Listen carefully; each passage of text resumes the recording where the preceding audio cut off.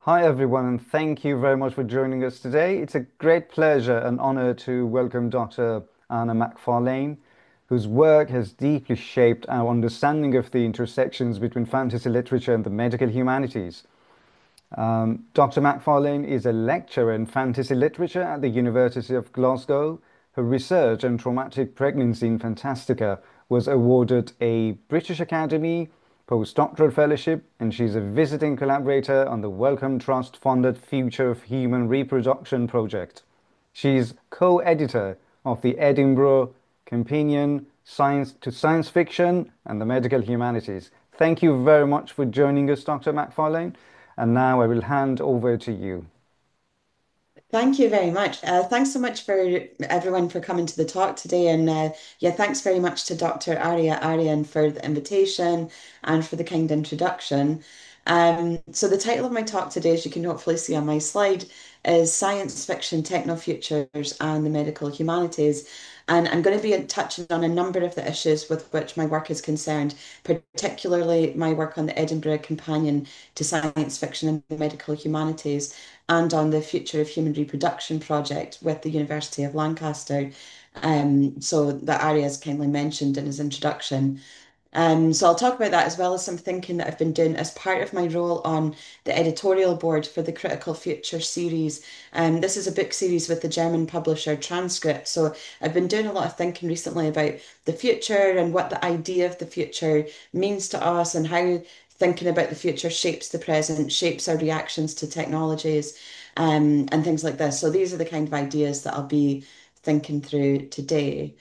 Um, so I want to think about science fiction techno-futures and how taking a medical humanities perspective can be helpful in navigating futures and thinking about future technologies. So when we think about science fiction and its futures, there are often images from popular film and television that come to mind, and the technologies we think we of might be artificial intelligence and robots and different new forms of being that science might deliver to us. So, as I was thinking about this topic of the talk, I was thinking about how embodiment factors into the futures that we imagine. The popular image of science fiction is based around the metal and chrome of shining new technologies, particularly when we think of a term like techno-futures, a term that suggests that our futures will be radically different and structured around the new technologies we create. However, science fiction is engaged with thinking about the relationship between the human and these technologies, and particularly concerned with the issue of embodiment. So I would argue that the medical humanities, like science fiction, invites us to think about embodied experience by undercutting and critiquing the clean corners of new technologies and finding the role of the body in these brave new worlds. So today I want to think through some of the ways in which embodiment, especially when viewed through the lenses of science fiction and the medical humanities, helps us to imagine and think about the concept of the future. So when we think about the future, we imagine a different space as well as a different time, one constructed from decisions that we make in the present. And we might think about future generations, about the direction of travel we're on, given our current political, economic, and environmental climate. And we can also think about the difference between the concept of the future, which sounds somewhat predetermined, or the concept of possible futures, which invites us to think in terms of plurality and openness to which we can contribute in the present day. So the structure of the talk today, I'm going to start off by talking about the TV series I'm a Virgo, which might sound like a strange choice, but bear with me. It's a show that engages in really interesting ways with genre, and I think it can help us think about the body, and it's really interesting to read from this kind of perspective of science fiction and the medical humanities, I think. So I'll give you a little reading of I'm a Virgo to start thinking through this issue of the body and embodiment. And then I'm going to talk about science fiction and the future of the medical humanities. At this point, I'll kind of speak about some of the thinking that we do in our collection, the Edinburgh Companion to Science Fiction and the Medical Humanities. And I'll finish off by talking a bit about my work on reproduction. So thinking about reproductive futures in the body. So yeah, so there's like kind of three different beats that I want to hit in the talk, but hopefully they're all kind of connected with these ideas of futures and embodiment in different ways. So as I was thinking about today's talk, I was considering a recent television series that uses genre in very interesting ways, which is 2023's I'm a Virgo. Now, the show was created by the rapper and communist activist Boots Riley. He's perhaps most famous for his work with the band The Coup. And the show follows the life of Cootie, a giant born to normal parents in Oakland, California. Cootie has been hidden by his parents throughout his life, but as he becomes a teenager, he wants to take more risks, explore, find love, and learn about the world around him. And he becomes an influencer. He's sucked into the world of advertising. He goes out with his friends and becomes the target of the police and the local fascist superhero, known simply as the Hero and played by Walton Goggins, who you can see on my slide. So, as you can tell from this description, this show is engaging with a number of different genres. There's a science fiction element in the show's what if question. There's the superhero genre, especially via text, maybe critiquing the first wave of superhero comics like those of Alan Moore and Grant Morrison. And the overall effect is something akin to kind of magical realism, not unlike Boots Riley's other major production of the last few years, the 2018 film Sorry to Bother You. So, for my purposes today, I wanted to start by thinking about I'm a Virgo because of its foregrounding of the body and the body's enmeshment in wider social, political, and economic systems. So, issues that are very much at the forefront when using the lens of science fiction and the medical humanities. And the most obvious example of this foregrounding of the body is the character of Kitty and his physicality. Much of the comedy of the show comes from his giant presence in spaces not meant for him, such as sitting in the back of his friend's open-top car and queuing up for burgers at a local fast food joint. Cootie's parents have to sew custom clothes for him until he becomes an influencer and clothing companies start to make custom outfits to fit his frame. His size means that nothing generic can fit him or be easily used by him. And his journey of discovery is, of course, one marked out by his unusual embodiment. He finally feels small when he experiences the tall buildings of the wider city after leaving his parents' house. And this emphasizes the relationship of the body to the built environment and infrastructures that surround us.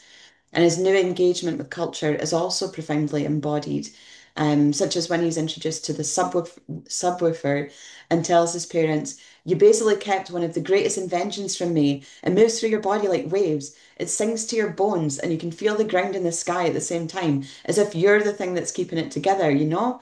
I'm 19 and I heard bass for the first time. That's abuse."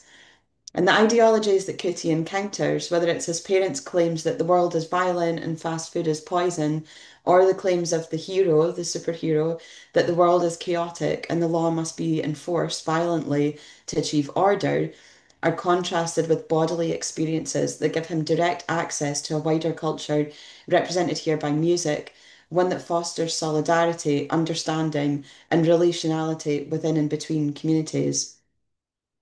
And the text is also, of course, playing with the visibility of the black male body. Cootie's parents tried to hide him to keep him safe, and the threat of attack, whether from gangs, from the police, or the fascist superhero patrolling the neighborhood, are very real. His parents point to a history of putting the black body on display, including the use of bodies for medical experimentation and imagery that draws on the freak show, the circus, and the history of the display of the black body, as in the case of Sarah Bartman, displayed in freak shows as the Hottentot Venus. These historical examples mean Cootie must stay hidden, and his parents tell him that unemployed black boys found on the streets are immediately thrown in jail as a means of keeping them at home. And one of the show's most poignant and important encounters with the black body is the death of Cootie's friend Scat. Without insurance, Scat is taken from hospital to hospital and refused treatment until he's left on the side of the road to bleed out, pushing his friends into a new phase of heightened activism inspired by their anger at what happened to him.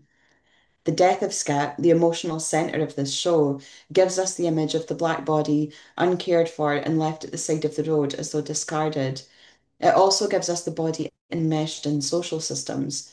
Scott remains uncared for because of his lack of employment and therefore insurance. The resources to care for him are there and immediately available, but just not to him because of a political and economic system that does work to refuse him.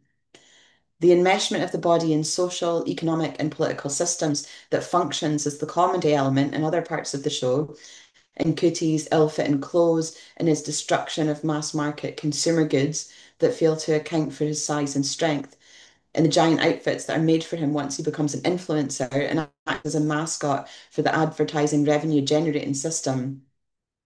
It's the enmeshment of the body in these systems that reveals social relations and the show's engagement with the fantastic that allows these relations to be visualized so successfully. So I've spent some time elsewhere writing about how we might think of medical humanities in terms of posthumanism. I won't go into a lengthy description of posthumanist thought and what it means today, but suffice to say that I've been thinking about the relations between humans, non-human animals, wider systems, and environments. In their introduction to the Edinburgh Companion to the Critical Medical Humanities, Anne Whitehead and Angela Woods trace the development of medical humanities from the human encounter between the patient and the clinician, particularly at the moment of cancer diagnosis. And they describe this moment as a primal scene for the medical humanities, a moment where human relations, the making of narrative and meaning, become core to the experience of healthcare.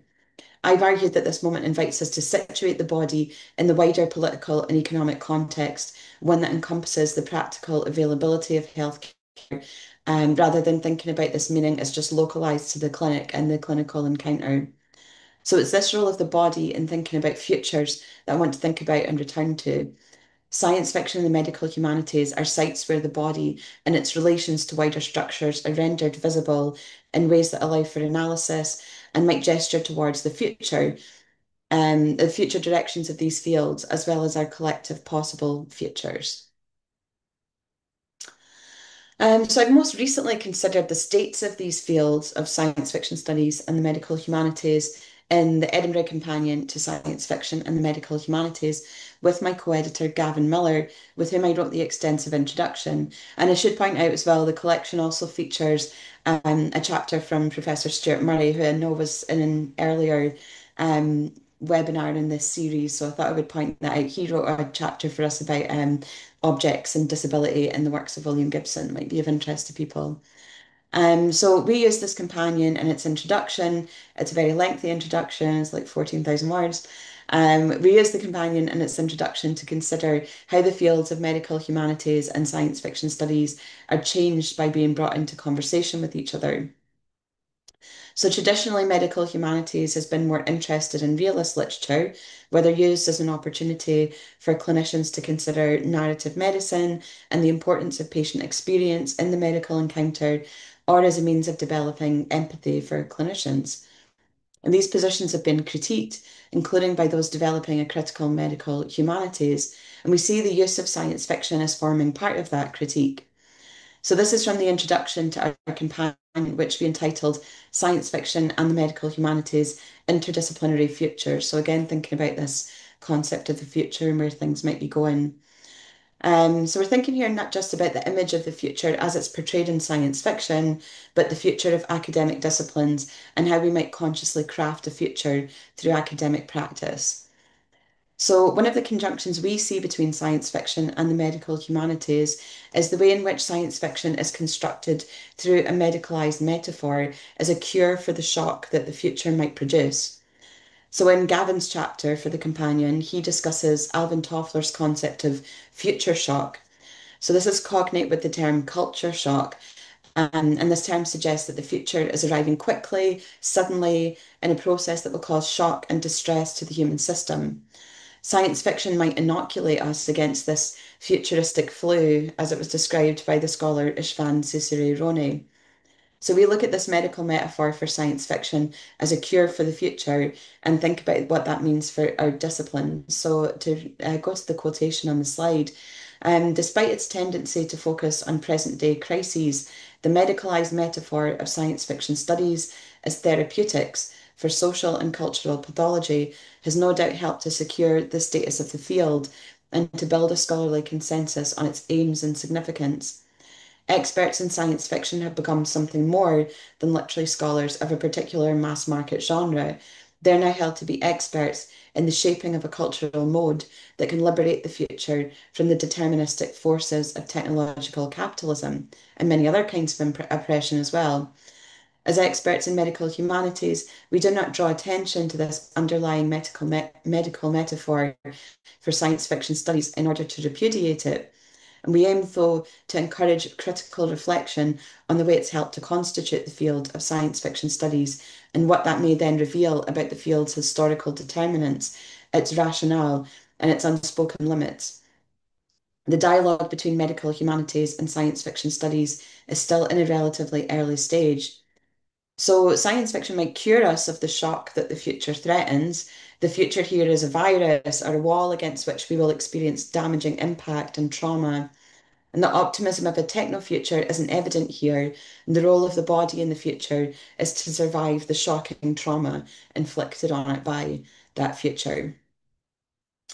So, one of the ways I've been thinking about this kind of tension in science fiction between like kind of curing us of the future and thinking about the present day as well is on the future of human reproduction project. So this is the kind of final point that I'll make in the talk of thinking through the future of human reproduction and how and my work on this project at the University of Lancaster has kind of shaped my thinking here. So yeah, so I've been thinking about this as part of my work with the this interdisciplinary project, the future of human reproduction, and the place I'm at the moment is the importance of recognizing that women's bodies are the best technologies that we have for reproduction, and the political and cultural narratives surrounding pregnancy need to be understood in those terms in order to consider the ideologies behind the surveillance and control of those bodies. So I should say that's just like, I'm going to talk about technology and things like that here now, but that's my kind of grounding understanding is that, yeah, the body is the best technology that we have for this right now. And we should always be keeping that in mind. So the Lancaster project is a Wellcome Trust funded project considering the future of human reproduction from the perspectives of bioethics, speculative design, legal studies, and English literature, among other disciplines, and through interdisciplinary perspectives. My contribution to the project is as a science fiction specialist working in literary studies and medical humanities. And my experiences working on the project invited me to reflect on the interdisciplinary practices when discussing reproduction. So, both in thinking about the possible futures for reproduction and understanding the way it's currently imagined in society, given the technological possibilities and social structures that we currently have. So, in thinking about my role in the project, I consistently return to one of my favourite lines from Ursula K. Le Guin, one of the most famous science fiction authors in the canon. And Le Guin is perhaps best known for her reimagining of gender and reproduction in The Left Hand of Darkness from 1969. And in its introduction, she argues that science fiction is not predictive, it's descriptive. So by this, she means that the futures imagined in science fiction are written with the intent and result of critiquing contemporary practices and societies, rather than for the express purpose of imagining new societies into being or predicting the future. So you can see how there's a tension here between what I was speaking about before, this idea that science fiction can prepare us for a future through its maybe predictive powers or through the introduction of new technologies and narratives, but also how it's like a critique of contemporary society, so trying to kind of ground it. So this is like similar to this discussion of science fiction through this medicalized metaphor that we're talking about in the Edinburgh Companion. So reading science fiction this way as a critique of contemporary society invites us to ask how our imaginations and assumptions are shaped by the conditions and constraints of that society. So, in terms of reproduction, such a reading strategy invites us to reflect on the lack of representation of pregnancy and birth in the science fiction canon. Yeah, I don't think that there's too many descriptions. If people want to talk about that in the discussion afterwards, if anyone's got recommendations, then we can maybe speak about that. But my experience is that when you start thinking about representations of pregnancy in science fiction, my mind goes to the chest burster scene in Alien, which obviously isn't exactly a human birth scene. So, yeah, there's not a great deal of representation of pregnancy and birth in science fiction in the wider canon, I would argue. So we can think about that. the lack of representation, and we can critique the dominance of technological solutions over social problems. So you might get something that's like Brave New World and like that kind of the babies coming out on this conveyor belt, ectogenesis, and this kind of thing, um, rather than like caring structures. That are less sexy but very important when it comes to thinking about how society reproduces itself. So there tends to be a focus on technological solutions rather than social issues when reproduction is represented. So these are certainly useful approaches to thinking about reproduction and its representations. However, we can also question Le Guin's thesis here. If science fiction is not for thinking about the future, then why does it think about the future so much? Why not stick to alternate realities like Philip K. Dick's 1962 novel Man in the High Castle, which imagines a world ruled by Nazis after their victory in World War II? And we can read science fiction as critique and satire, but we can also read it as engaged with where our societies will go. Imagining futures extrapolated from present practices invites us to alter current social and technological trajectories to aim for futures that we might consider preferable or even utopian. So, this use of science fiction invites us to think about nascent technologies and their consequences, intentional or not. And the Future of Human Reproduction project is interested in cutting edge technologies such as in vitro gametogenesis, ectogenesis, gestation outside of the womb, so like in a, in a glass jar or similar, like our Brave New World example. And it thinks about the legal, philosophical, and ethical implications of these technologies. So this necessarily involves a good deal of future planning since these technologies are still mere possibilities, albeit possibilities that are showing promise at the lab stage.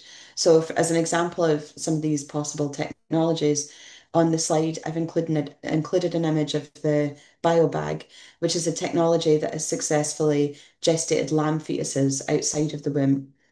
So while these amazing images of the biobag render it redolent of a techno-future, one in which gestation can be achieved outside of the body, there are still significant drawbacks with the technology that mean it will be unlikely to be used, like useful to humans for some time. So the machine currently requires that the fetus is moved directly from the womb to the biobag apparatus, and this means a C-section is required. So clinicians would be highly unlikely to recommend a C-section, for example, to save a pregnancy at an early stage, given that it is major surgery to have a C-section and has implications for future fertility. So the necessity of beginning the gestation process in the womb means that full ectogenesis, as we might imagine it in Brave New World and things like that, it still does remain a matter of science fiction. And indeed, the biobag's cultural context is constituted by science fiction in interesting ways. So, ectogenesis only has a history thanks to speculative and science fictional thinking, which I think is a really interesting, like, kind of way to think about this, the way that we think about science fiction futures, but actually, in some senses, these like kind of science fictional musings are now providing a historical context for these new technologies that don't have a long history of their own. So ectogenesis has a history thanks to speculative and science fictional thinking, given that the technology is still in development. As part of the project, myself and Tom Dillon, who's the science fiction librarian at University of Liverpool, we were thinking about how to frame these technologies in terms of science fiction, and we considered JBS Haldane's Daedalus, or Science in the Future, from 1924 and Shulamith Firestone's Dialectic of Sex from 1970. Both of these engage in science fictional thinking to explore the possibilities of ectogenesis. So these science fictional texts can be read as a kind of futurology, preparing a narrative which we could bring to contemporary debates around reproductive technologies as and when they become available, and thus easing the future shock and the challenges to bioethics that might otherwise take us by surprise. But taking science fiction as descriptive of contemporary society was equally valuable when working on this project.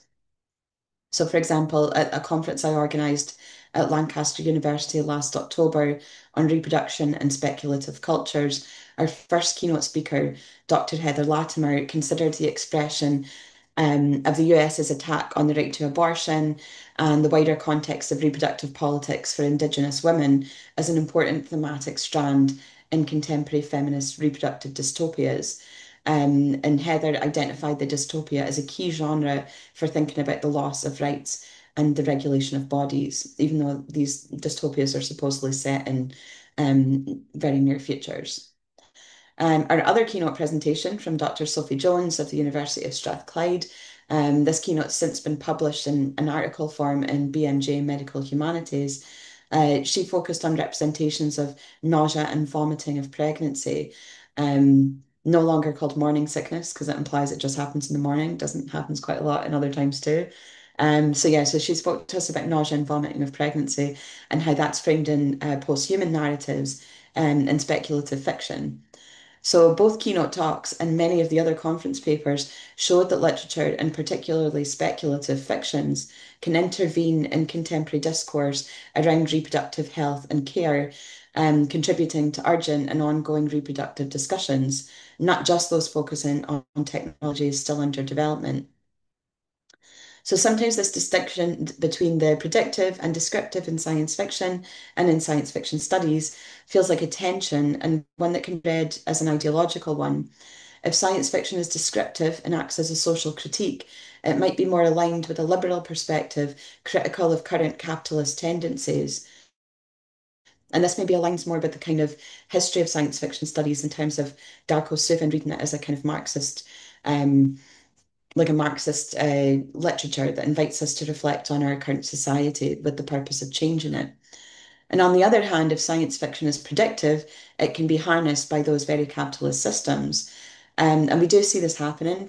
As an example, we could think about Elon Musk making references to Ian M. Banks's culture novels and science fiction author Neil Stephenson acting as an advisor to Jeff Bezos for his space program. So, when thinking about science fiction with members of the Future of Human Reproduction project, I found that both of these perspectives were really valuable. Like, yes, science fiction offers us a history of ectogenesis before the technology was ever possible, giving us a rich cultural context from which to view its ethical and philosophical implications. And in this sense, it has proved usefully predictive when it comes to reproductive technologies. However, its power to describe the problems of our contemporary societies means it's acting as political commentary on reproductive politics in general. And I should say that while I haven't focused on the role of the climate crisis in representations of reproduction today, this is also something that I've considered in my work at length and published on in an article for Science Fiction Studies. So if you're thinking that, oh, we're thinking about futures here and possible futures, like that's really like an elephant in the room. Like I have talked about that elsewhere. I'd be happy to speak about that more in the Q&A as well, about how thinking about reproduction in the future, um, yeah, like chimes in with what's going on with the climate crisis as well. So my contribution to the future of human reproduction was to help others think through this distinction and perhaps to temper any polarization between the predictive and descriptive power of science fiction. It's important here to talk about futures rather than the future, in my opinion. When we think about science fiction's predictive powers, it gives us the opportunity to think through those multiple futures. And when we consider its descriptive powers, it invites us to critique contemporary social practices and work for the future we want, starting in the present moment. So I started this talk by thinking about bodies and how they're foregrounded in both science fiction and the medical humanities. And part of my interest in foregrounding the body here is the cultural context in which we find ourselves. The move towards popular and cultural spaces being platforms by which human contact is mediated by bots or so-called artificial intelligences and large language models is very much on my mind, as is the challenges to the humanities that such systems pose, especially against the background of the gutting of the humanities in UK higher education and the political challenges faced by colleagues in the US in particular. So, coming from the perspective of science fiction and the medical humanities is, in my opinion, very interesting in this moment, since the combination of the sciences and the humanities in the medical humanities means that we're regularly thinking about what the humanities contribute to society, the value of narrative, the importance of culture for shaping the possibilities offered to us by technologies and social systems. So, in a time where the birth rate is falling and culture is being outsourced and automated, the place of the body in social relationships is of prime importance. So yeah, thank you so much for joining today, everyone. I'd be happy to answer any of your questions. I'm happy to talk about anything that I've spoken about today, obviously. Happy to take questions about that, develop any of the points that I mentioned that I haven't gone into. But also, I've kind of worked on this Welcome project, and I'm aware there might be early career researchers in the audience that might be interested in kind of funding processes and things like that. So so yeah, research questions welcome, but also if there's anything that you're thinking as an ECR or anything like that that you'd want to talk about that you might find helpful to discuss, I'm also happy to answer questions of that kind as well. So thank you. I would like to extend my sincere thanks to you, Dr. McFarlane, for your clear, thought-provoking, and profoundly insightful talk. I think your exploration of how speculative narratives engage with medical and technological questions was both intellectually stimulating and very relevant today, especially the connections you drew between science fiction and the future of human reproduction offered very valuable insights into how literature helps us interrogate and reimagine the futures we're shaping. So, thank you very much.